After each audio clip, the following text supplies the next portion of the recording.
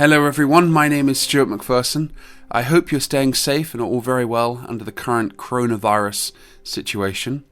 I've prepared another lockdown lecture that I hope will brighten your day and make lockdown slightly less boring.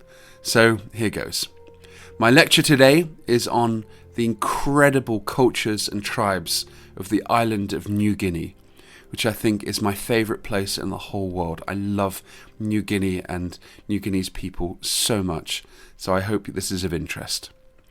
Okay, so first things first. The island of New Guinea consists of two countries. This is often misunderstood.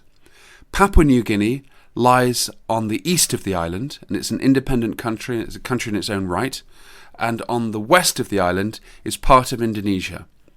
This section was previously called Irian Jaya, but contrary to public belief and misconception, Irian Jaya doesn't exist anymore. It's been renamed Papua. It's a province of Indonesia. So west of the island is Papua, east of the island is a separate country, Papua New Guinea, but the island as a whole is the island of New Guinea, and that's surrounded by many, many other islands, including New Britain and New Ireland. So that's the terminology out the way. New Guinea is a very interesting place. It has some really spectacular mountains, the tallest of which is Carsten's Pyramid, shown here. Carsten's Pyramid is the only mountain between Australia and the Himalayas that has permanent ice on it. It has glaciers on the top. This is a photo that I borrowed from the internet. I haven't actually climbed Carsten's Pyramid myself yet. You can see the glacier in the background. By all accounts, the glacier is unfortunately decreasing. I've flown over it and seen it, but it's unfortunately is decreasing year on year. When it was first discovered and first sighted from afar, the Dutch explorers that sighted it, when they took their stories back to Europe, they weren't believed. No one believed that you could have equatorial ice in the tropics. But of course you can, and there's glaciers on many equatorial mountains, not least on Mount Kilimanjaro, but many of these sadly are reducing in size, and that's certainly the case here. Okay, ecologically, New Guinea is very, very special. It's east of the Wallace Line, and its wildlife has a much closer affinity to that of Australia as it and compared to Southeast Asia. For example, there are no primates, no monkeys at all, no native pigs, and no native deer. Pigs and deer have been introduced, but there were no native ones originally. Much more like Australia, it was dominated primarily by marsupials. There were a few placental mammals, including, I believe, several species of rodents and rats, and a few bats. But basically, there were no large placental mammals. There were only marsupials and a few monotremes, like the echidnas. Those are mammals that lay eggs, which are very unusual. The wildlife has a much closer affinity to Australia. So you find, for example, sulphur-crested cockatoos that are in common with Australia, or tree kangaroos, and several species of macropods, including wallabies, which again is only in Australasia, not in Southeast Asia. And of course, it's world famous for its birds. Papua New Guinea is so special for its bird life, including the rifle bird, shown here. This is one of the most beautiful, I think, of all, the eastern parotia, and it has these beautiful colorations, this cravat of colorations, which beautifully contrasts with that piercing blue eye. And some amazing birds. This is the most badass bird in the world. It's the cassowary. There's 3 species of cassowaries. All 3 occur in New Zealand. There are 3 species of cassowaries. All 3 occur in New Guinea. One of which also occurs in Australia, the southern cassowary. But 2 species are endemic and found only in New Guinea. The cassowaries are very important and very special culturally to many tribes across New Guinea. And they're the most incredible birds. If you look at their inner claws, their inner toes have these huge claws that can be many centimetres long. And the cassowaries can jump up and kick with their claws. And they're so strong, and their claws can be so large and sharp that they can disembowel adult humans. And this isn't just a story. This absolutely happens, quite frequently in fact. There was a case of a cassowary in captivity I believe it was in late 2018, a cassowary in Florida that was being kept captive there. Someone got in the enclosure with the cassowary, which is definitely not a smart thing to do. And the cassowary attacked him with his claw and disemboweled the guy, and the guy died. So it's not just a ghost story, a campfire story of a scary animal. These cassowaries can be lethal. So they're the most scary birds, I think, in the world. Just as a point of reference, there are very few species of birds that have poisons, and at least one of them occurs in New Guinea, which is quite interesting as well.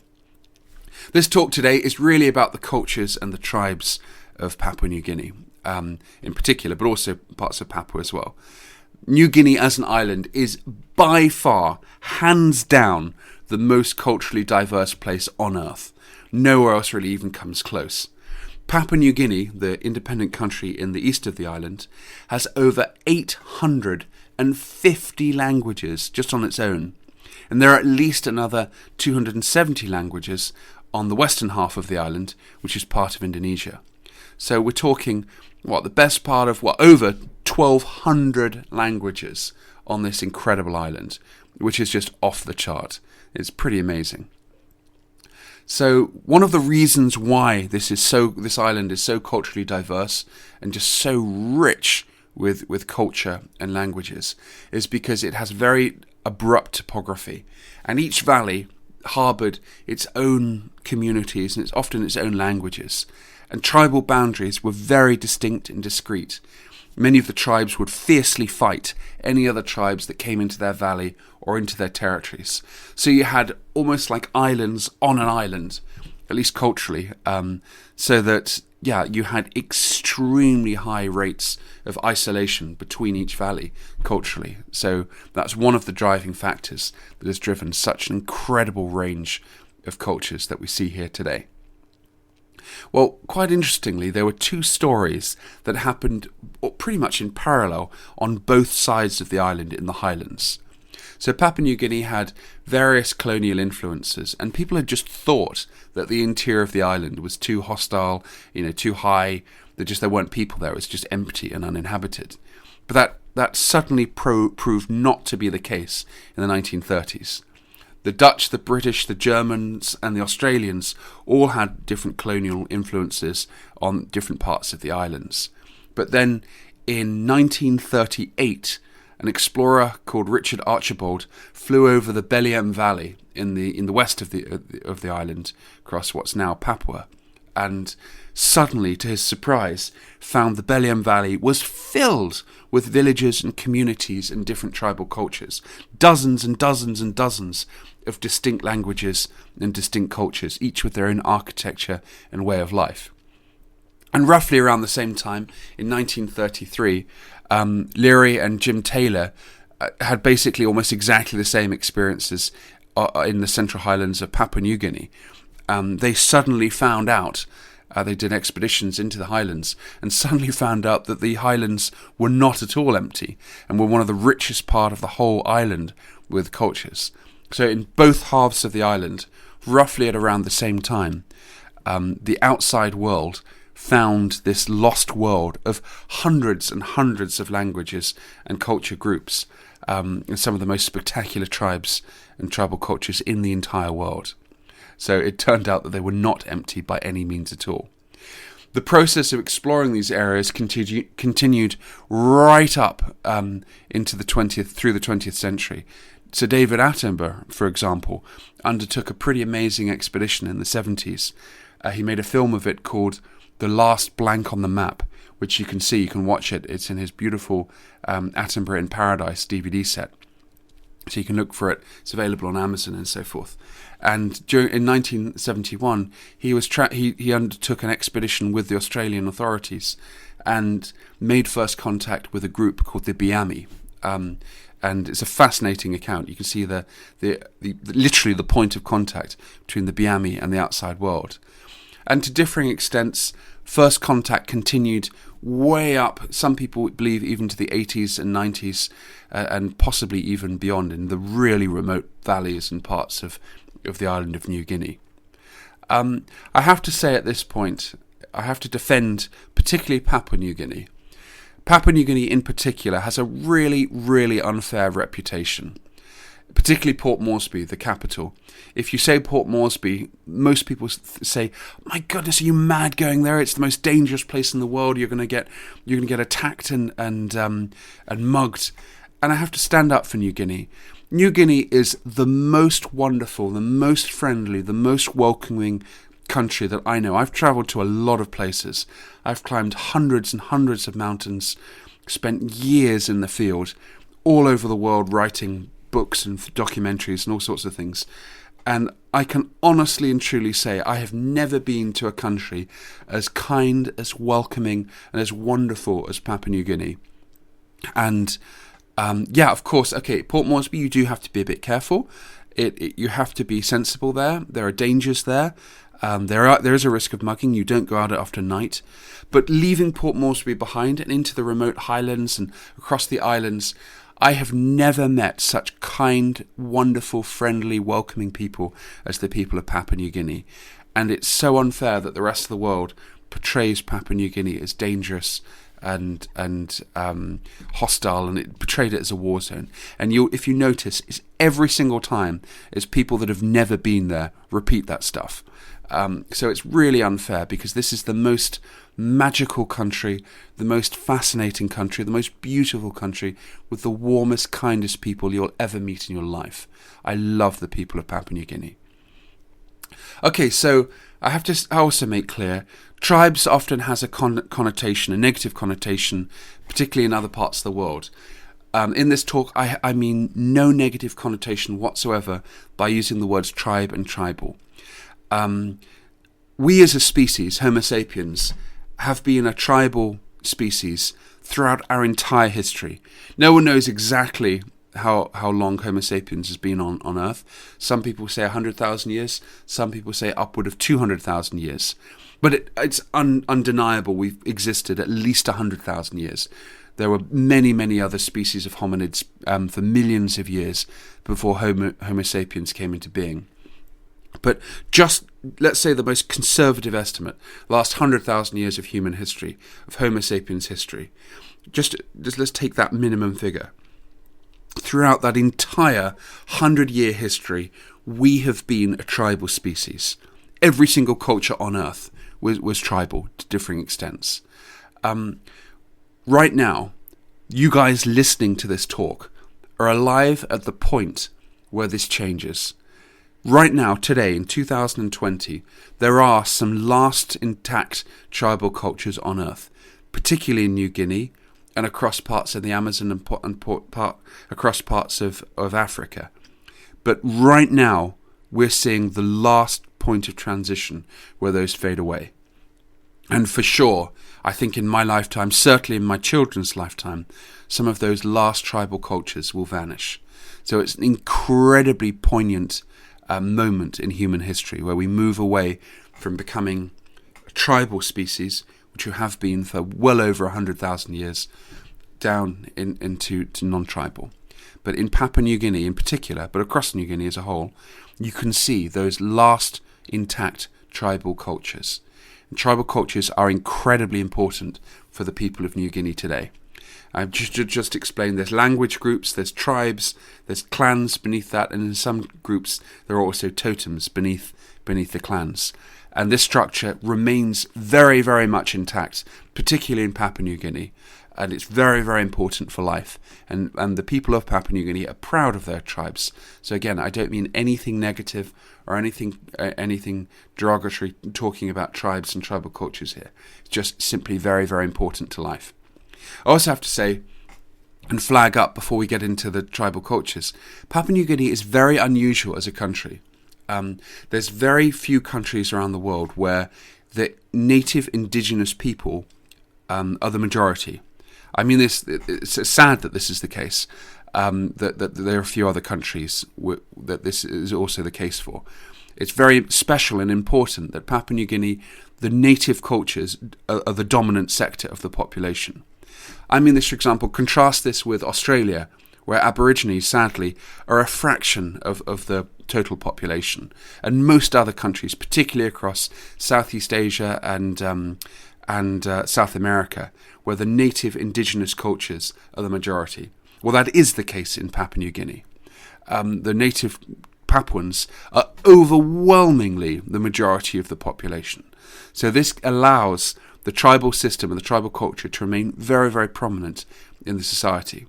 There's also, it has to be said, a relatively short history of contact with the outside world across New Guinea. I mean, to differing extents, it can be as little as decades or at the most a century and a half, 2 centuries. But in many parts of New Guinea, it's well below a century. And in some places, it's well within living memory, whereby you can actually meet the people that lived through that contact phase. That's very, very prominent. So tribal cultures are very, very real, very, very alive, and very, very important in Papua New Guinea in particular. And as evidence of that, there are still tribal wars in the highlands. I was in Papua New Guinea just a few weeks ago, and one of my friends showed me photos of 17 men that had been killed between a tribal war between 2 tribes. So this is not just stories for tourists. This is not just romanticized portrayals of tribes. Tribal life is extremely important in Papua New Guinea today. Well, my story and why I went to the island of New Guinea was I wrote books on the carnivorous plants of the world, and I went to study and photograph all of the nepenthes, the tropical pitcher plants of the island of New Guinea. And one by one, I climbed up mountains searching for these beautiful carnivorous nepenthes pitcher plants, many of which, or some of which, had never been photographed before. So it was a really wonderful years. I would go backwards back to New Guinea year after year, searching for different species of nepenthes. If you want to watch one of the little expedition videos that I did, just search into YouTube Nepenthes paniculata, and there's one of the stories of searching for a species that had been lost to science for decades, and we went back and rediscovered it and refound it. I have to say, my heart, I lost my heart to New Guinea. I mean, I fell in love with New Guinea during those expeditions. It's just a place where you can still have adventure. You can still have amazing adventures there. It's a frontier land. It's raw. It's untamed. There isn't all health and safety nonsense there. You can just get out into the wilds there and still have adventures. And as evidence of that, on one of these trips, we found loads and loads of rock paintings, ancient paintings. I have no idea still to this day if these have been documented. They probably have been. They were in the McClure Gulf, where we went to rediscover Nepenthes troubiana, and they were all along the cliff sides and just spectacular to see. So it's just a place where you can still make discoveries and still have adventures, and that's why I love New Guinea more than anywhere else in the world. This is a photo of a young me with some friends. This is in Papua, on one of these expeditions searching for these carnivorous plants. Well, this talk isn't really about wildlife tonight. It's about cultures. But just to have to quickly say, New Guinea is as much of a paradise for naturalists, for plant life, for botanists and zoology, as it is for anthropologists. In terms of plant life, it's just incredible. It's mega diverse, with ant plants, which the Papuans chop up and make different medicines from, often soup in the highland for different ailments. It has some beautiful, beautiful, vast areas of forest. By far, it has the greatest area of forest cover remaining of anywhere in the Eastern Hemisphere. By far. The overwhelming majority of the island is still more or less pristine forest, which is in stark contrast to Java in particular, but also Borneo, sadly, Sumatra, and to a lesser extent Sulawesi, and many of the other lesser Sunda islands as well.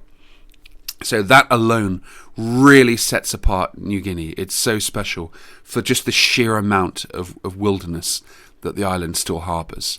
And it has a very low population density, which obviously is a factor in contributing to that. It has these beautiful primordial looking tree fern forests and cycad forests. It's just magical. And this is a shot from that Nepenthes paniculata film I put on YouTube. You know, up in the Highlands, you have to fjord rivers by building bridges, and the Highland people are amazing at building, just bundling together small trees to create these bridges. It's just a place of real frontier adventure. Here's a shot here, one of the bridges that we had to build. I went in search of these Nepenthes, which my local friends here, they actually found Nepenthes paniculata, which was pretty amazing and kindly helped us. Right, just last slide before we get into the tribes and cultures of Papua New Guinea. I just want to say I love New Guinea. I'm not trying to romanticize the tribes. I'm very conscious that I'm a white guy here talking about exotic cultures, so that I'm not trying to do the classic armchair white guy traveller talking about romantic places. All I'm trying to do with this talk is showcase some of the beautiful people, the wonderful cultures that I've been fortunate to see. So I hope this doesn't come across in a too sort of armchair traveller kind of way. And last but not least, I also want to say I'm not trying to over-romanticize this. I'm not trying to portray New Guinea as an island of pristine tribes that have no impact with the outside world. That's not the case. It is changing very, very quickly. Within 10, 20, 30, 40 years, everything you're going to see here is going to be gone. It's happening very quickly. And so I'm not trying to over-romanticize it. It is a point of transition, and it is changing very, very quickly. But here goes. So on my expeditions, looking for carnivorous plants, I was very lucky to go into many, many remote villages across New Guinea. And I just became fascinated by the people. I mean, just shaking the hands of some of the ladies in the villages and saying hello and welcome, which I often would in each village. I'd noticed that many of the women in particular had mutilated hands. And I asked why. And they explained it that with the death of each male relative, they would chop off a section of each finger, usually starting with the little finger, working that way. And this lady here, obviously, unfortunately, had many deaths in her family because she's missing most of her two fingers here. Most of those are actually missing. So she's only got her two fingers and her thumb, so 3 fingers complete on her hand. This is very unusual for the index finger to be started with, but anyway, this hand here, they've obviously chopped off the front part, the front section of the finger, but that's very unusual. This man in one of the remote villages, this is a Dani man in the Beliam Valley, explained that he used this axe to chop off the parts of the fingers with the death of each male relative in the family. Now, going through each village, I loved how each village was real. They're traditional thatched houses, and you still lived in and used like this to this day. It's so beautiful to see. This is a Dani tribesman, and many of the villages that are across Papua New Guinea and Papua are fortified, such as this Dani village, with sharp sticks and sharp points all around the edge of the village, the perimeter of the village. And you'll notice here in this village it has 2 walls. Often across New Guinea they'll make living fences where they'll cram in loads of vegetation all along the length of the fence. Often they'll plant ferns on the tops of the fences as well, and the ferns will actually grow and form a living wall, which is really, really tough, with these sharp points all along it. So the villages are fortified. And that harks back to living memory, to recent history, when each valley was fiercely independent from its neighbours, and each valley would fiercely defend its land, which is one of the reasons why each village is so heavily fortified. And I've been to villages where you have to go through, almost lock systems, where you go through a door, the door closes, then you go through another door, and only through that system can you enter the village. So some of them are almost like fortified castles, which is quite interesting to see. Now, in the markets across New Guinea, I always go into these markets and I love exploring them. There's always something different to see. I've been in many remote villages where the only meat you can buy is crocodile, such as the case here. This lady here had just a hunk of crocodile teeth. So it's quite exciting to see the different foods that you can buy.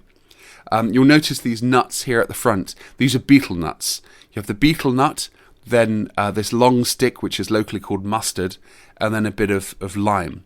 And this is really popular all across New Guinea. Betel nuts used to be chewed all across Southeast Asia, from Hong Kong and Singapore all the way down, but it's died out across much of what's now Indonesia and Malaysia. Although apparently in Taiwan it's still really, really big, and I heard that in Taiwan people quite like betel nut. But in New Guinea it's so popular. Everyone, particularly men, but also women, love betel nut. And when you chew those three things together, the betel nut, the mustard and the lime, your saliva turns bright red. It also has a habit of staining the teeth almost black. So you'll have these wonderful gummy smiles with blood red saliva and black teeth, which I have to say, when you first get to New Guinea, can be a little bit scary, a little bit disconcerting, but that's just what everyone has.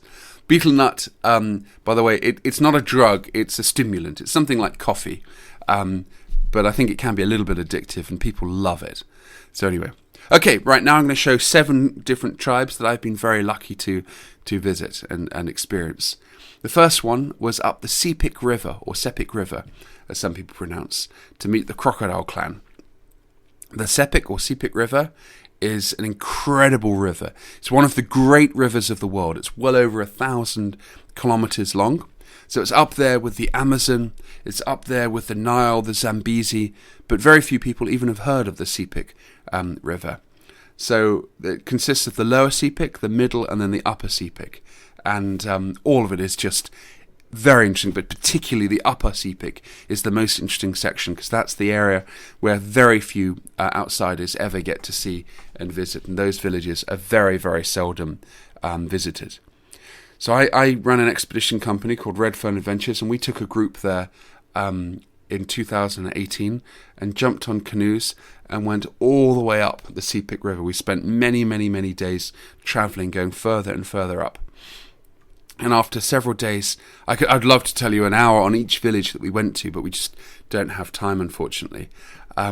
Each village is quite different culturally, and in some cases linguistically as well. And each village across the Sepik is famous for having these incredible spirit houses. I should add that the Sepik area is one of the most culturally diverse places in New Guinea, which is in itself one of the most culturally diverse places in the world. So this place is incredibly important. And seeing these remote villages, and particularly the spirit houses and the sing-sings by the people, it's literally like going back to Polynesia, where the Captain Cook witnessed 200 years ago. It's just magical. Absolutely magical. Each spirit house is totally separate and different. The spirit houses are known by a name, almost like an individual. These are the beating hearts of the villagers along the Sepik River, and they are incredibly important to cultural life. Women are not allowed, absolutely not allowed, inside the spirit house. You have to be incredibly respectful going inside the spirit house. It's something like churches in our culture. You have to be very respectful. It's adult men only are generally allowed in them, and often they'll perform sing-sings. You'll notice in this photo here, only the men are nearby the spirit house, not the women. Many of the interiors of the spirit houses are beautifully painted, such as this one here, with intricate paintings and carvings and artwork. There's generally many things in common between most spirit houses. They'll generally have a fire in the middle, places for people to sit around the sides. There'll usually be a sacred chair, a speaker's chair, which you're not allowed to generally look at, and certainly not allowed to photograph. So I haven't photographed it here, but it's sort of behind this shot. And the men come together and talk inside the spirit house and talk together like this. Usually there are drums, big garamut drums, which can be a century or more old in some cases. They're basically hollowed out tree trunks that you beat and make beautiful music. The Papuans make beautiful music on. The Sepik area is world famous for its exquisite carvings. The carvings are breathtaking and very, very, very special. I bought a few and got a few. Every village sells some of them, and I have some very proudly on my wall at home because they're some of the most exquisite carvings in the whole of New Guinea. In each village, they have different songs, different dances, different rituals. You'll notice many of them have these beautiful kina shells. We're going to hear more about the kinas later. This was the original currency of New Guinea, particularly Papua New Guinea, these kina shells. Many villages, say, have different dancers and different rituals and different sing-sings. This man here is actually part of a kasari dance. So he dresses up with these leaves and mimics a kasari. It is a beautiful dance mimicking how the kasari moves and walks around. Some of the villages along the Sepik River actually have bloodstones. They have stones that have been carried in. These are igneous rocks into a sedimentary area. So these have definitely been carried in manually, and enemies would be tied to them and so often be executed in olden days. So these bloodstones are quite sinister, and many of the villages have them. I have to say, visiting these sing-sings and hearing the songs and the dances of the people of the Sepik River villages is just magical. Their songs are often ancient and beautiful. So here's a shot here. Now, the reason why I went to the Sepik with my group was to visit the beautiful crocodile clan. These are quite a famous group that scarify their backs to look like crocodiles. You can see here they have these bumps all over their backs, which result from deliberate cuts, and they deliberately the men are cut to look like crocodiles, to become crocodile warriors. Each man's patterns are different and distinct, but generally they'll have eyes around the nipples on the front, which look like the crocodile eyes, and then patterns that resemble the scales on each man's back. The crocodile clan don't worship crocodiles.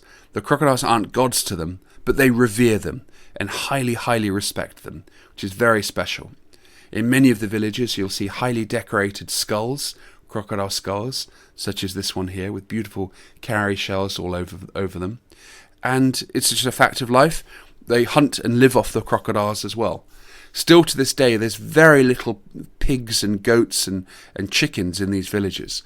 A large portion, certainly in some villages, almost all of the protein is still derived from crocodiles and fish.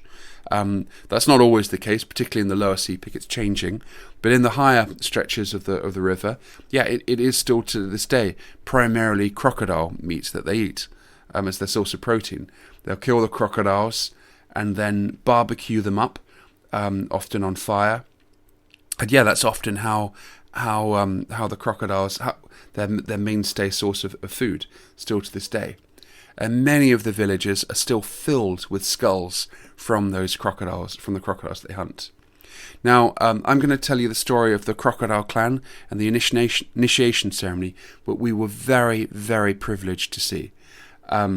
This is a very, very special culture and a very, very special tradition, which we were absolutely honoured, and still to this day I can't believe we had the opportunity to see. Very, very few outsiders were able to see this, and we were very privileged to see it because of Sue, a wonderful lady who had lived within the villages for decades, that had built up a very special relationship with the crocodile clan that allowed us to witness this. I should say, anyone from the crocodile clan that doesn't want to see the initiation ceremony, just out of respect, you should skip ahead now. I'm going to show the crocodile clan initiation ceremony. So out of respect to the clan, anyone that doesn't or shouldn't see this, skip ahead, please. The crocodile clan initiation ceremony is very sacred to this day. Clans from all over the area come together and send their crocodile warriors. They build a wall of leaves around the spirit house. They build a giant wall of leaves around, which signifies the nest of the crocodile. And you can see this here. This is the nest of the crocodile, with a line of crocodile warriors marching out of the nest and back into the nest. The village that we went to actually had 2 spirit houses. And by being allowed to come to this village, myself and the tourists that came with me, we all gave about $700, $800 each into a pot to give to the community to say thanks. So we raised about $10,000 that we donated so that they could rebuild the dilapidated spirit house in their village, which hopefully they've done. So we deliberately wanted to give back and say thank you for being allowed to witness this extraordinary and ancient ceremony. So what happened was that the men would march in a line. The crocodiles would march in a great line out of the spirit house, starting at about 6 o'clock on one day. The line would go in and out of the nest of the crocodile towards the other spirit house, which you can see in this slide here, which is the dilapidated one, which we gave money to help to try and repair and fix, because otherwise it would just fall down. So hopefully that's been fixed up. The men were marching in and out between the two spirit houses, non-stop in and out of the spirit houses. Even as night fell, they continued. As it got darker, they became louder and louder, with more energy and more gusto behind their beautiful songs and beautiful chanting. The chanting was to evoke the spirits of the crocodile and the spirits of their ancestors, to help initiate the boys, the next generation of crocodile warriors that was to take place the next day. As darkness fell, let's say that the chanting continued, and they continued marching and chanting throughout the entire night. I stayed up as late as I could and filmed them, and I had a few hours sleep, but by the next morning they were still marching and still chanting. Many of them were carrying fire torches, as you can see here, and you can see down on the ground all of the marching that they've done. So much marching that they've actually created a pathway in the grass. The front of the line of crocodile warriors symbolized the mouth of the crocodile. There would be a man with basically mimicking the teeth, and the back of the line would be the tail of the crocodile, with two swooshing palm fronds, which you'll hear about later. So in the spirit house, the men that were to be initiated were all standing together very, very nervously. You can see by their eyes that they're alert and they don't know what's going to happen. This is a very important secret of the tribe and a secret of the clan. So this is very, very important. They don't know what's going to happen. All of a sudden, in the next morning, after the marching's taken place all night, it changes. There are two doors, by the way, to the nest of the crocodile. This one here that only the crocodile warriors can go through, and another one. As foreigners, we were only allowed to go through the other door. We were absolutely forbidden to going through this sacred door here into the nest of the crocodile, where the crocodile warriors would go. All of a sudden, the chanting would stop, and the crocodile warriors went out in one last go in silence. The door opens to the nest of the crocodile, and a man with two fire torches waved the torches up and down like this, to allow to signify the start of the initiation ceremony. The crocodile warrior line would then go out one last time. It would collect the young men from the other spirit house and take them back into the other spirit house. And I should say, out of respect, anyone from the crocodile clan watching this, which is probably unlikely, but they shouldn't then see this next section. But what happens was that they go through the doors into the nest of the crocodile, and then the boys have no idea what's going to happen. They go into the nest of the crocodile, they get beaten with sticks, they have no idea what's going to happen. They get beaten with sticks and beaten really, really heavily. They're fine, but it really alerts them, and they know that they're in for a process.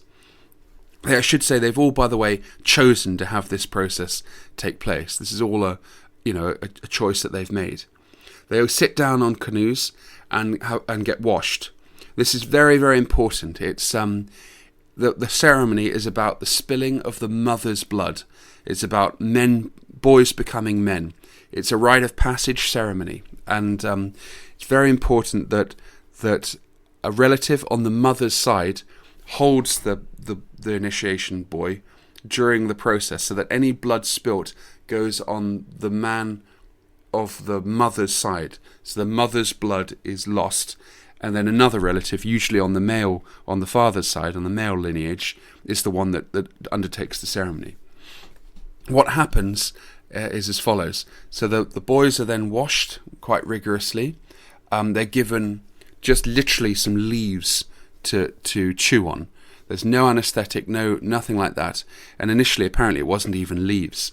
They just literally have their sit there with leaves in their mouth. Traditionally, it was this process was done with a quinoa shell, but today it's done with a razor. And the boys sit there, have to sit there, being held by the mother's maternal line relative, and have hundreds and hundreds and hundreds of cuts cut into their backs to mimic the scales of the crocodile, and down their fronts to different extents as well.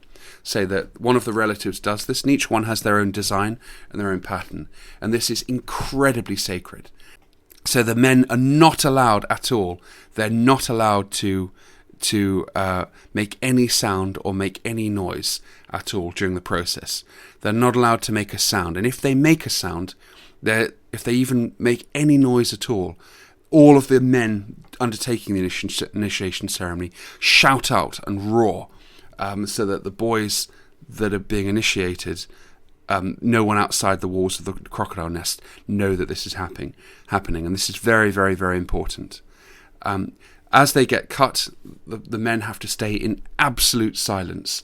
Then when that finishes, they get led away to a wall where they have to look down, and a bucket of pond water is thrown onto their backs.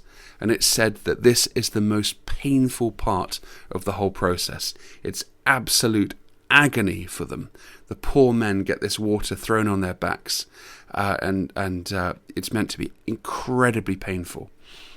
They then get taken into the spirit house, the spectacular spirit house, where they remain for many weeks. Traditionally, it was the case that they actually had to plant a mango seed, and when the mango seed grows up into a mango and bears fruit, only then are they allowed to leave the spirit house. During this time, their relatives bring them bowls of food which are passed into the spirit house. But nowadays it's not that long. It's normally a few weeks that they have to stay inside the spirit house. It's not quite as long as a mango growing up and having its first fruit. Anyway, the boys, when they get into the spirit house after their ordeal, after the boys get into the spirit house after the deal, they think the ordeal's all over, but it's not. About a week or so later, someone comes in and scrapes off all of their scars to make their crocodile scars become even bigger. They scrape off all of the scabs, and the scars become even larger to make it bigger, and often they put ash in. So the poor crocodile warriors don't have a very good time, but eventually, after this process, they leave the spirit house as crocodile warriors. They've gone through the bite of the crocodile. So the pain of the process is the crocodile biting. They pass through that process. They pass through the bite of the crocodile and emerge as brave warriors that have then the right to marry and the right to defend their villages and protect them. And they're obviously incredibly tough, incredibly strong, incredibly powerful men, incredibly brave men for going through that process. I would love to talk even longer about these wonderful tribes along the Sepik River, but we have other tribes to visit and document. So next we're going to the island of New Britain to meet the Baining fire dancers, one of the most spectacular tribe and cultural displays in all of New Guinea. So New Britain is an island off the coast of New Guinea. It's really volcanic. It has many, many volcanic mountains, volcanoes erupting. And one of them erupted in 1995 called Mount Tavafur. It erupted and exploded and covered the city of Rabaul in ash. Rabaul previously was a very important colonial city. It was arguably one of the largest cities in all of this whole area, and it had been very important during World War II. Japan stationed something like 60,000 troops there. It was, I believe, the capital of several of the colonial administrations during colonial times. But anyway, the volcano erupted and covered ash all over the town of Rabaul, and turned Rabaul, which at the time was known as the Pearl of the Pacific, into the Pompeii of the Pacific. It was this beautiful, colonial city with verandas and gin-swilling colonialists, and it became the modern-day Pompeii, with ash covering the ground. You could see the streets of... Still to this day, you can explore the streets of Rabaul with the ruins of the lost city beneath the ash. So it's pretty dramatic. You can climb up that simmering volcano today and see the cone of the volcano, and inside it's simmering sulfur vents and fumaroles. This is what it looks like literally right now. The whole area is very geothermal, and there are geothermal vents springing up all over the area, bubbling away with really hot water, so hot that people cook megapode eggs inside the geothermal springs. These guys collect the eggs and then sell them, and you can buy these geothermally cooked megapode eggs, which is quite unique. I have to say that the people across New Britain are fascinating because they still use shell money.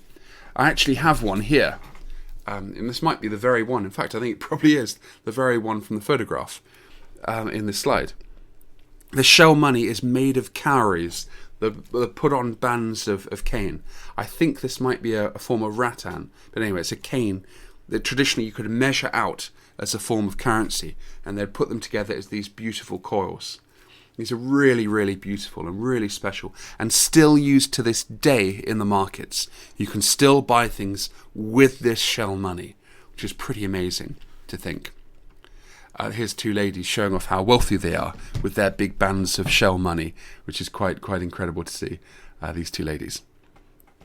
As I mentioned, Rabaul was very important through World War II. It had thousands upon thousands of Japanese troops. It was Japan's main stronghold in the area. And it today is littered with World War II remains, including many, many destroyed tanks and downed airplanes. It also has submarine tunnels, and the cliffs and the volcanic rock all around Rabaul is absolutely hollow, with hundreds and hundreds of tunnels and secret chambers that the Japanese used to store things, including barge tunnels, where still to this day there are old abandoned barges from the Japanese. Down towards the area, or towards the beaches, there are large areas where megapode birds lay their eggs. The megapode bird is relatively small, smaller than the size of a chicken, but she digs these huge nest sites and buries an egg. It's unusual amongst birds that the egg hatches, and the chick has to entirely defend on its own. The chick has no parental care whatsoever, but they're laid down in these very deep holes inside these vast nests, and people go out and dig up the nests every day, try and find the eggs that were laid the previous night. So these are the megapode hunters, such as this man here, and he's collected, obviously, many megapode eggs. He's had a good morning collecting them. It's actually pretty dangerous work, and there are many cases where they dig so deep to try and find the eggs that the volcanic sands collapses, and many egg hunters, unfortunately, have been killed. But that's just some of the egg fields. There's vast areas where all these eggs are. And here's some of the ladies selling the cooked megapode eggs that have been cooked in the geothermal waters down at the market, where you can buy it literally with shell money, which is pretty special. And there's one of the eggs. The eggs themselves are a bit larger than chicken eggs. They're more elongated, and they have a much bigger yolk inside, and they're really delicious. They have a slightly different taste as well. Now, up in the mountains, in the Baining Mountains, there are the most spectacular fire dance displays of all of New Guinea. The Baining fire dancers make a massive fire, come out of the darkness with a bamboo orchestra, making beautiful bamboo music, and then suddenly the masked dancers appear, and these are some of the most spectacular people. There are three types, two here, which I'm going to show you here today. Linanga, which is sort of like a god. He's not a god in the sense that we know it, but he's higher up. He doesn't dance through the fire, and he always has this pointed hat with a very, very big spike on him. He doesn't dance the fire, but he calls forth the kavat dancers. The kavat dancers are spectacular. They're men in these vast tapa bark heads. The headdress, the top itself, is a hollow structure that's about 1.5 meters tall. So these guys stand 3.5 meters in size, in height. The man's head, he looks through the beak-like structure here of these kavat spirits of the forest. He looks through the beak, so you can just see how huge they are. And they have these dramatic paintings all over with these large eyes. They're really spectacular. The man is actually naked with these. The man here is actually naked. He has large bundles of leaves around his legs, around his arms, but to different extents his biceps and so forth are actually totally exposed to the fire. His feet are covered with leaves, so he doesn't tread on the embers. But the point of it is that he has to run through the flames and make clouds of embers and sparks.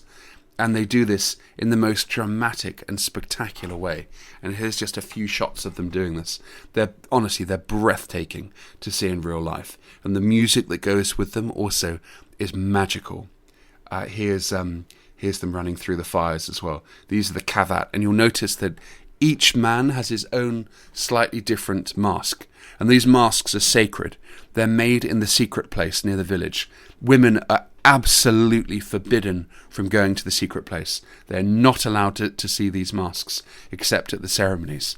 And this is taken really seriously still to this day. This is not a joke. And so here you can see more of the kavat dancers running through the ashes and embers and the flames. Okay, I would love to talk more about New Britain. I love New Britain, but we've got other areas to go to. So the next group is on the Trobriand Islands to see the shark callers. The Trobriand Islands are magical, literally. They're very famous amongst anthropologists for being, still to this day, heavily agrarian. They still to this day, everyone has to grow the food they basically eat. There's some fishing, but it's still very much a Barsha economy. And they're famous for these beautiful yam houses that each village will traditionally maintain to put their yams in.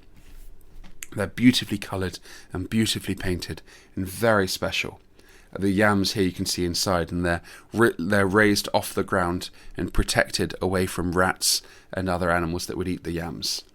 This is a traditional Trobriand village. Each little house can have many people, in some cases up to 7 or 8 people living inside of it, generally a family. You can see here, these are all the different little houses. And life here really revolves around yams.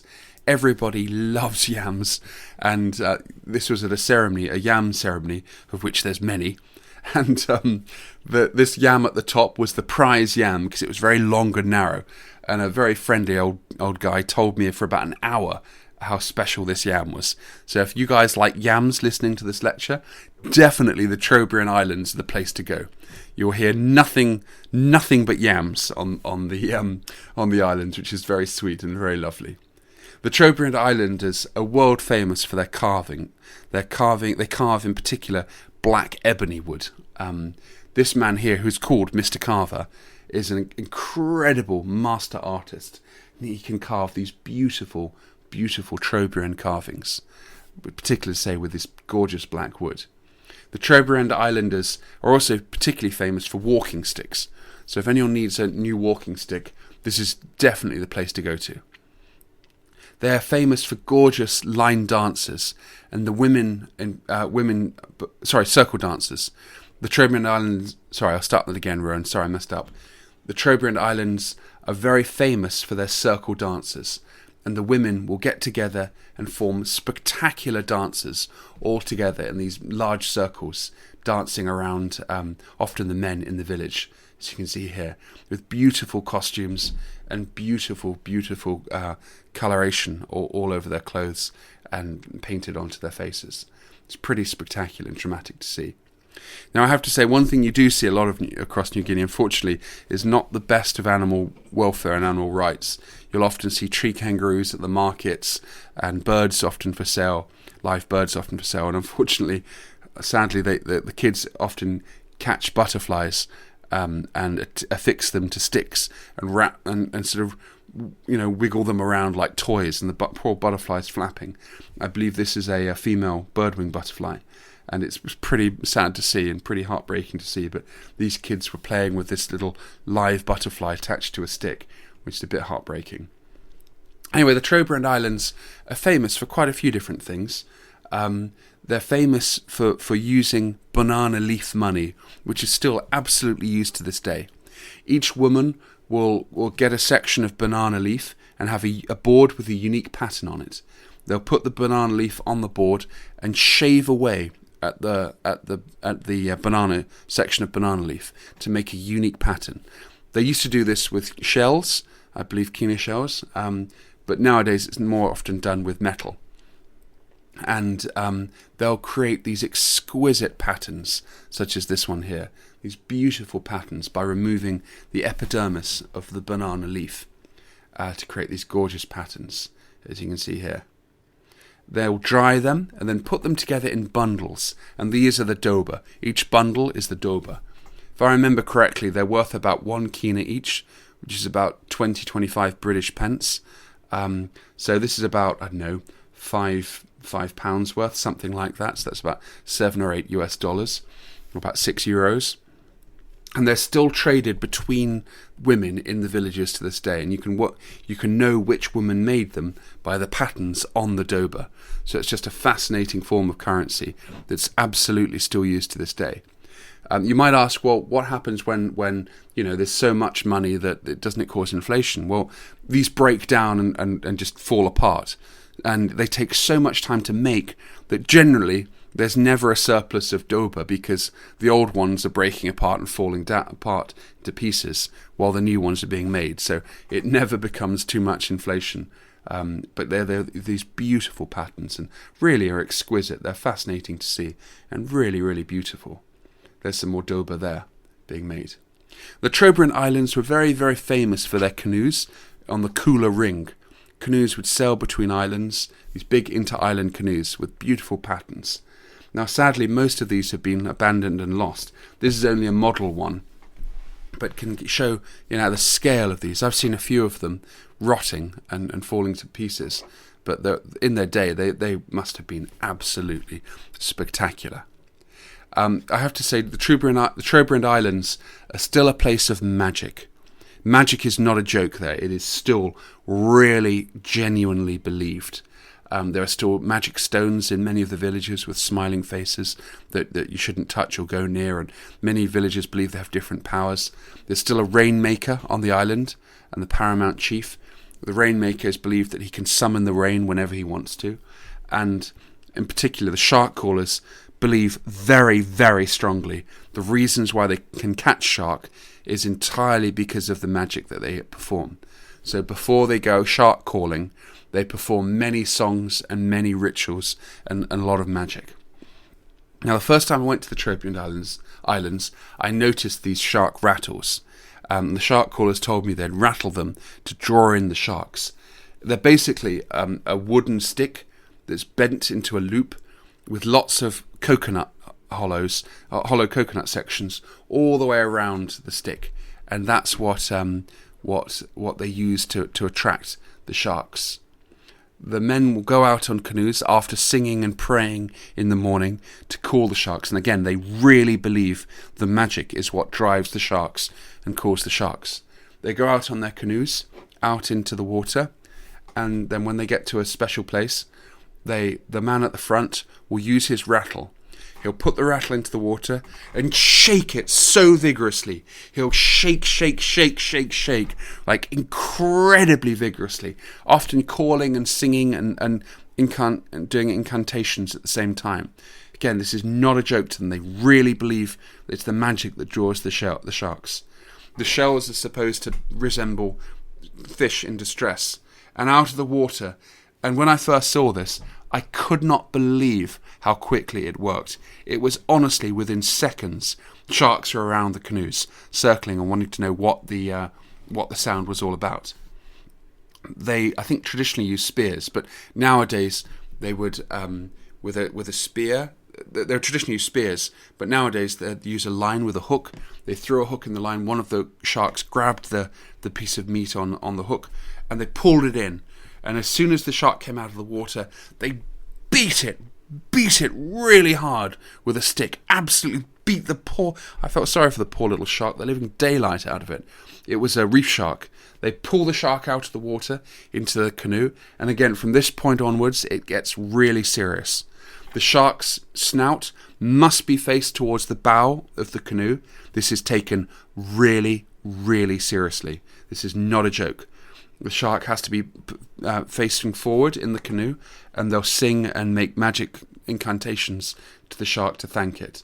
Generally, they'll be cooking fish from the night before, and when they get to the shore, the shark has to be carried in a certain way. This is, again, none of this is just chance. They'll carry the shark up with its snout facing inland always. They're very, very respectful of the shark.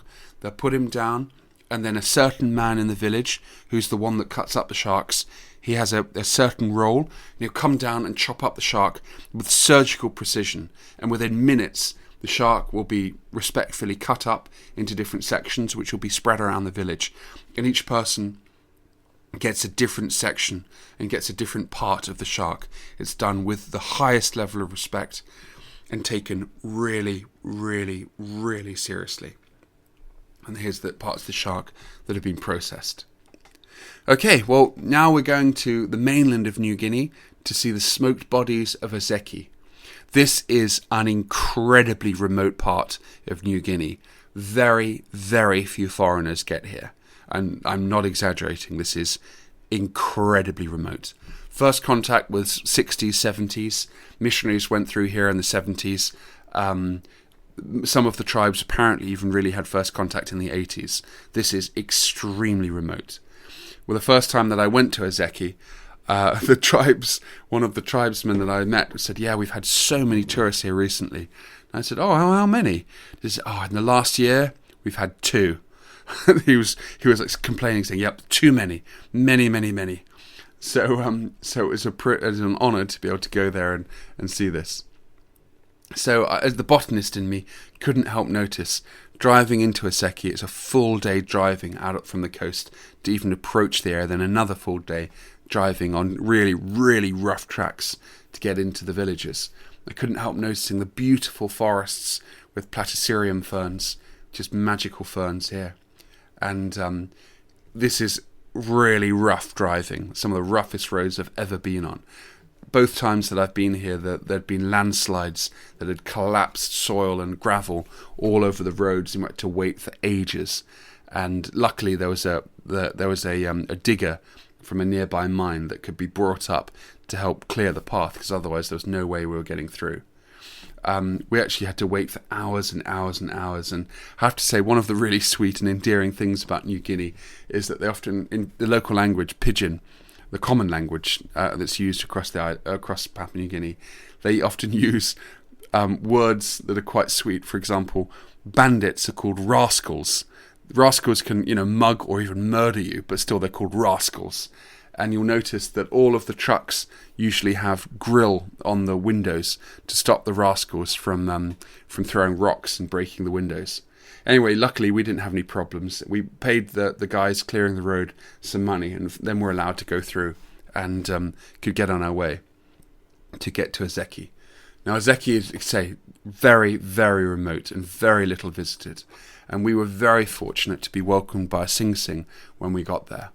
And this particular village, it was one of the most incredible experiences I've ever seen.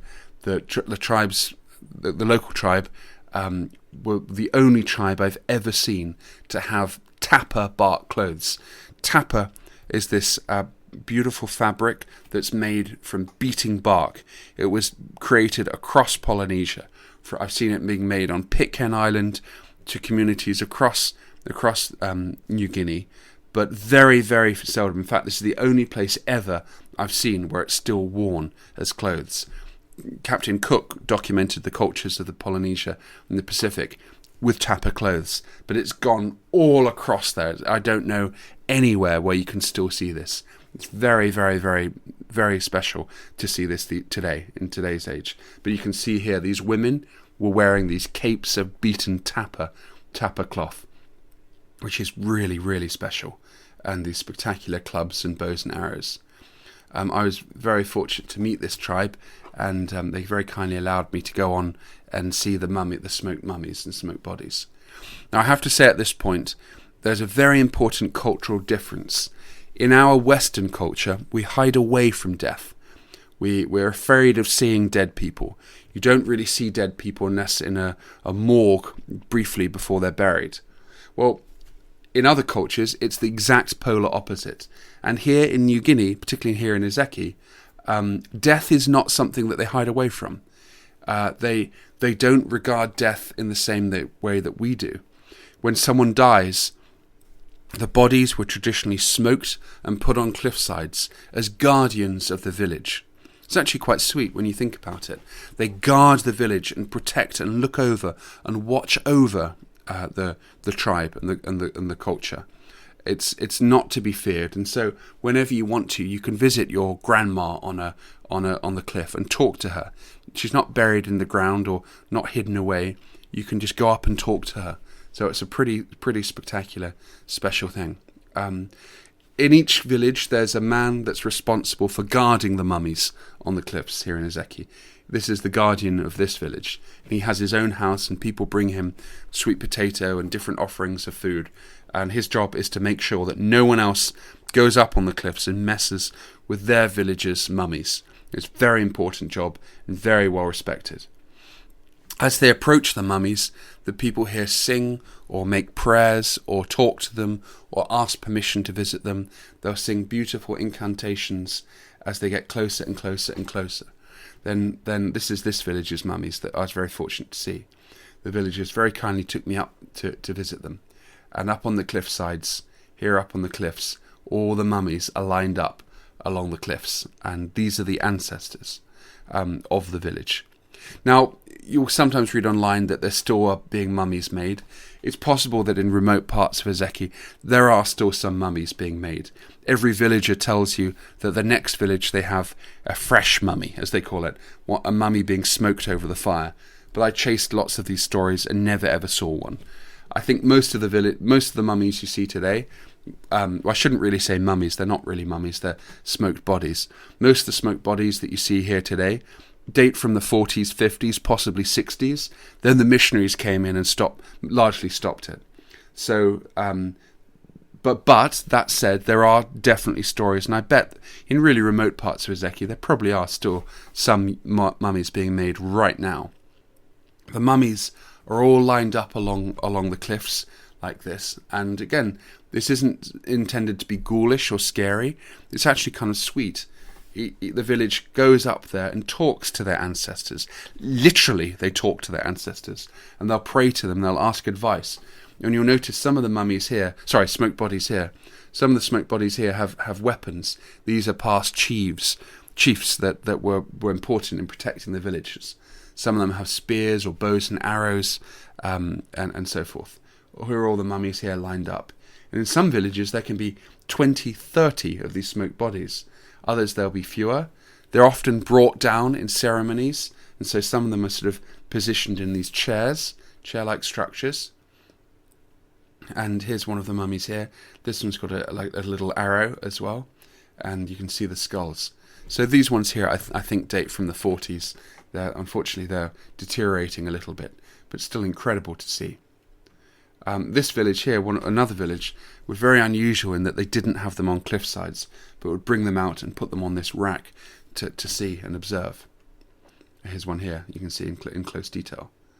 I have to say it's very wonderful visiting each of these villages, and I'm like I said at the start of this talk, I've been nowhere where it's so friendly and so kind and so welcoming and so warm as the island of New Guinea. And every time you visit these villages, the villagers will come out, often share food, welcome you and shake your hands.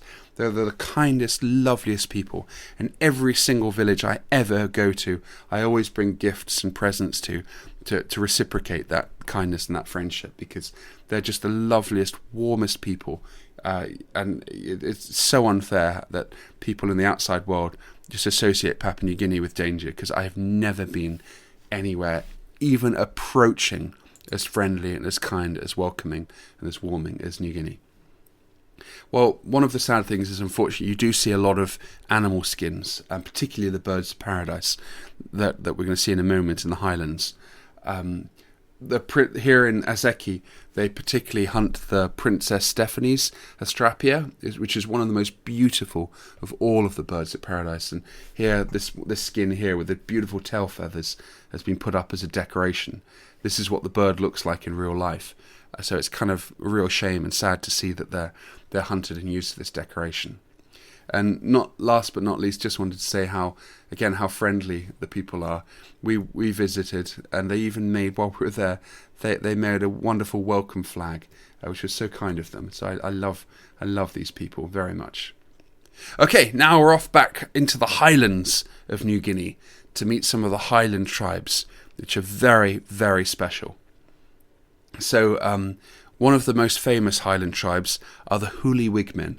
This is in Ulia village, not far from Mount Hagen. The Huli wigmen are one of the most spectacular of all of New Guinea's many tribes. They adorn their faces with these beautiful paints. They adorn their bodies with oil and often red.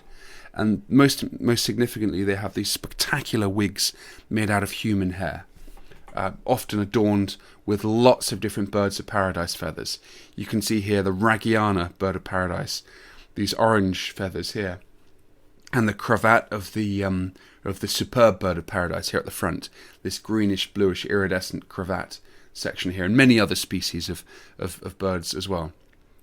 The fur is the couscous, or couscous some people say, and tree kangaroo.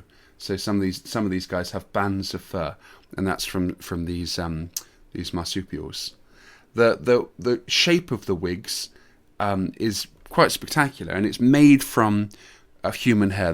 They put together human hair, often grown over years and years, and in some cases the wigs are handed down between generations. But they'll collect their human hair, bundle it together with seeds of certain plants that have burrs. They'll make those together with burrs and make these human hair wigs, and then bundle it together into these shapes, and they're really spectacular, often with a frame inside of them. And the shape is very specific. Each man has a different shape depending upon his status. So the shape is not by any means coincidental. And the Hulis perform beautiful drum dance songs. They have these kudu drums with monitor lizard skin, which is very, very tense and very strong, and they make these beautiful jumping dances, singing and moving up and down at the same time. Here's some of them here about to perform their drum dances. They're very, very spectacular, and one of the tribes that I love the most. They're very interesting to see. And this yellow coloration in particular is very important for their tribe. It's one of their tribal colours. You'll notice around this gentleman's neck, he's got cowrie shells that have been traded with the lowlands, and cassory quills. Those black things are coiled quills of the cassories, which are very significant through much of the highlands, and very important. Here's one of the birds that they use for those feathers for their headdresses. This is the Ragiana bird of paradise, for those beautiful orange feathers for the middle of their wigs. That's one of the Ragianas actually sitting in a palm. And the superb bird of paradise with that incredible iridescent cravat there, which they use often at the fronts of their wigs. There's another shot there of him. Okay, we're also in the highlands. We're going to look at another incredible tribe of wigmen called the Hagen wigmen. This is the chief of one of the Hagen groups. He has incredible spear here and this stone axe, and his headdress is often made with cassory. These are cassory feathers here at the top. Here's some Hagen wig men and wig women dancing. The wig women in particular both of them have very distinct coloration that differs from the Huli wig men, and they have different shaped human hair wigs. And most importantly of all, you'll notice the feathers are very, very different. You see at the top these white plumes with bits on. These are the King of Saxony bird of paradise. You'll notice also these guys have kina shells here, these crescent-shaped shells that are like they're affixed by a resin onto breastplates, and they'll wear them very, very proudly. Here's a wigwoman, a Hagen wigwoman, with these beautiful face paints and shell necklaces. And this is the King of Saxony bird. I have to say, this is a very interesting bird of paradise because these wires, the males have 2 wires that come from the back of their heads, which are completely unique. There is nothing like them in the whole bird kingdom. They're the quills of a feather, but the sections along them are not sections of feather. They're not sort of the structure of a feather with all the different feather parts. They're solid plates of keratin, the stuff that feather is made of. These are solid plates all the way along the wire. There's nothing else like them in the entire bird kingdom. And these are really, really prized by the Hagen wigmen. There's one of the King of Saxony birds of paradise up in the stump of a tree. They also often use the blue bird of paradise, which is this guy shown here. So if you look, and the lesser bird of paradise, also shown here too. And there's another blue bird of paradise. And to some extent, they also use this guy here. This is oh, sorry, I've just forgotten his name. He's the oh, sorry, Rowan, just give me 1 second. I've forgotten his name. What's him? He's the sickle-billed, the Princess Stephanie Astrapia. He's the... Oh, hang on. Sorry, Rowan, just give me 1 second. I just forgot his name. What's his name? Astrapia. He's the... oh dear, I've forgotten his name. Oh, the ribbon-tail. Of course he is. Sorry. He's my favourite. Okay, we'll start again. As well as, to some extent, this guy here, which is the ribbon-tailed Astrapia, which is one of the most beautiful birds of New Guinea. He has these 2 incredible white streamer feathers off his tail and this incredible iridescent head. I should say, when explorers first sighted the birds of paradise and brought descriptions back to Europe, they often painted them without legs. And some of the earliest naturalists to study them thought that they flew continually in the air and drank and ate mist and never came to ground, which is why they didn't have legs in the illustrations, which of course isn't true, but anyway, you can understand why, because when these fly, this species, the ribbontail, when he flies, he makes this beautiful clicking noise, and with the white streamer feathers, looks magical, looks absolutely magical as he flies. And there's a shot of his beautiful head iridescent coloration as well. These colours are just beyond belief. They're the most special birds. And this is the brown sicklebill that lives often with the ribbon-tailed Astrapia as well. So many of the Hagen villages, the Hagen wigmen villages, have sacred houses, spirit houses, where they keep their tribe's most treasured possessions.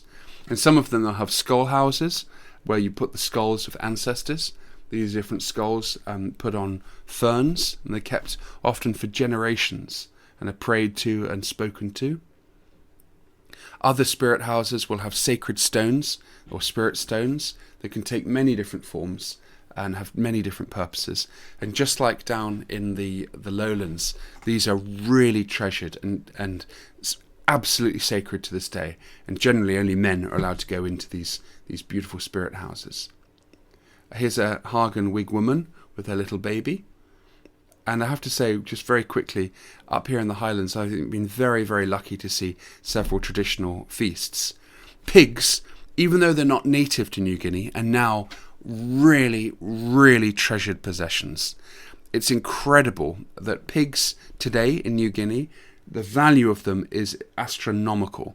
Each pig can be hundreds and hundreds of dollars, sometimes over $1,000, which is more than pigs would be in Europe or North America.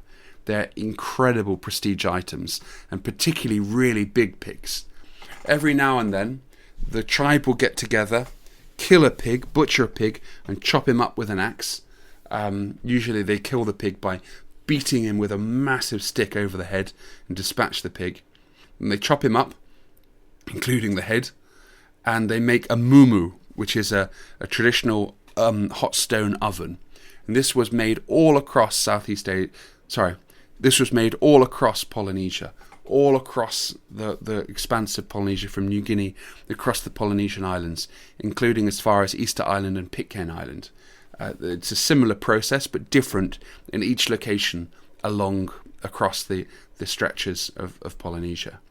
So how it starts is that a fire is made, stones are heated up red hot in the fire, absolute red hot, then placed in a pit in the ground. The pit usually is lined with leaves at the bottom, then the stones are put in, and some ash. Here you can see the men shoveling in the red hot stones. Here's some more stones. They'll heat up more and more and more and put in more and more. Then while that's happening, they'll be chopping up vegetables and the meat of the pig. They'll put in different layers inside the mumu. They'll put in different layers inside the pit to make the mumu with sweet potatoes and put in some hot stones. These they call them breadfruit leaves and different fern leaves, which are really delicious. Then they'll chuck in the sections of pig meat, the legs and different sections. They'll braise the pig meat in fire to get rid of all the hairs. Then they'll cover the whole thing up with more leaves, cover everything up really tightly, then cover it up with earth and leaves, and then leave it. They'll pour some water on so the red hot rocks make really warm steam. It doesn't burn the meat, it just cooks the meat beautifully and the vegetables beautifully. After about 2 hours or so, they come back and excavate the whole thing. They take off the layers and layers and dig it all out, and out of the smoking, really hot temperatures because of the rocks, they'll bring out the meat. And it's shared around the community, normally in groups. Each family group will get different sections of meat and vegetables and have to share it then between each family. And like here you can see it being put out on breadfruit leaves. Those different piles will go to a different family while everyone shares it evenly. And even the little ones, the little boy is enjoying a bone. So everyone gets a little bit of the mumu, which is wonderful. I have to say, a really interesting section here in the Highlands, a really interesting point here, is that you often see kina shells. These kina were the currency right up until 1975. Today the currency is called the Papua New Guinea kina, but that was based on these kina shells. These were used as the currency and traded from the lowlands up into the highlands. And I have a couple here you can see, right here. They're beautiful shells. I don't know how old these are, but they're gorgeous shells you can see here. And these are, up here in the highlands, they're usually worn around the head like this and carried here. But the Hagen wigmen often have them on breastplates. And they're still highly prized to this day and still are traded in bride price ceremonies, basically wedding ceremonies. Often kina shells are often used still to this day as a symbol of value and a symbol of money. And apparently in really remote parts they're still traded as the currency. Here's a beautiful red one as well. Absolutely gorgeous, gorgeous shells. So it's interesting to see this form of currency. Often you'll also see all through the highlands you'll see these lots and lots of stone tools right up until, well, really up until the 60s, 70s, stone tools were made and used, and these are traded throughout the valleys. I've got two here from the highlands here, which are quite spectacular, and they're igneous rocks that are highly, highly polished to make sharp edges on. Here's another one here. They're highly, highly polished. Today they lie abandoned, and no one really cares for them, and they just lie around and aren't particularly valued. Metal tools are used these days. There's lots of them in every single market.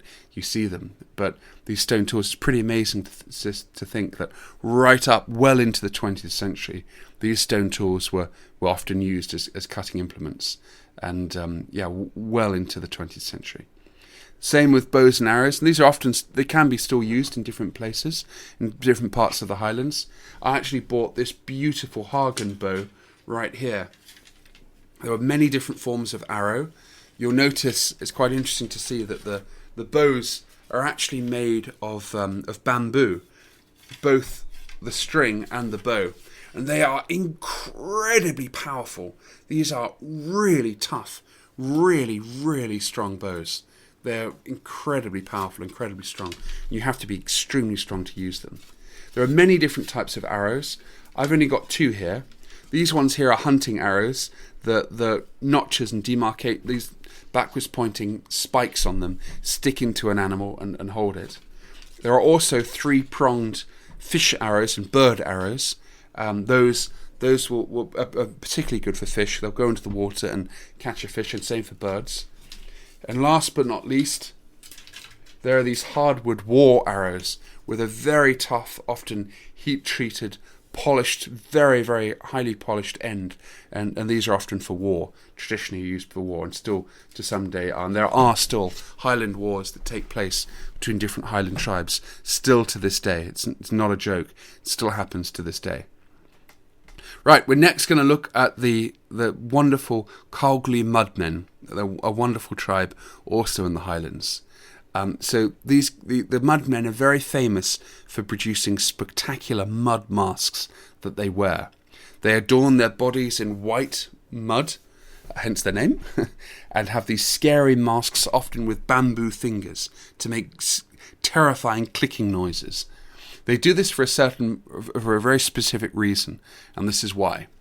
In the legend of the tribe, they were living in an area when another tribe invaded and pushed out the mudmen and kicked them out of their tribal lands. They had to retreat into the mountains where it was cold and there wasn't enough food, so they had to work out a way to get their land back. So the mudmen dressed up as these scary creatures, like spirits. They made these terrifying masks with pig's teeth and covered their bodies in mud and would run down in the night clicking their fingers, and they terrified the invaders who thought they were spirits. They chased the invaders away and got their lands back, which was pretty spectacular and pretty good way of getting their homelands back without warfare. They often still have bows and arrows to this day, and they often use them to this day and hunt with them. So this is pretty amazing to see the mudmen, and they're very, very good with bows and arrows. I've been in quite a few of their villages, and they've displayed their arrows and how effective they are at hunting with them, and they can hit even small birds in the trees. They're incredibly good with their bows and arrows. So that's the Huli mudmen. They're a wonderful tribe with beautiful dance performance as well. The last tribe we look at is the Chimbu skeleton men. I've been to see them many times, but last year was the first time I was allowed to go to their cave, their sacred cave in near Chimbu. So this is the story. Many, many years ago, and I should say there's many variations of this story, by the way. Every village you go to, you hear a slightly different variation. But one of the most common variants of the story is that many years ago, little girls got lost by one of the skeleton caves. The skeleton caves are where they'd put their dead relatives. They'd stack the bodies up inside the caves, and they'd put them safe in those caves and be protected there. Well, some girls got lost or abandoned by the entrance to the caves, and one night the ancestors' skeletons, they came alive and emerged out of the cave and took the little girls back to the village to rescue them and saved the little girls. The skeletons then retreated back to the cave. So in honour of that, the skeleton men once a year dress up like skeletons. And this is one of the tribe. This lady has beautiful cassory feathers all through her hair, as you can see here, and beautiful a carved kina shell around her neck. Once a year, they'll go back to the cave where that story supposedly happened. The skeleton men are inside the cave, all the way inside in the darkness, and they'll come out and perform their scary spirit dance, pretending to be or invoking the spirits of those skeletons that saved the girls and took them back to their village.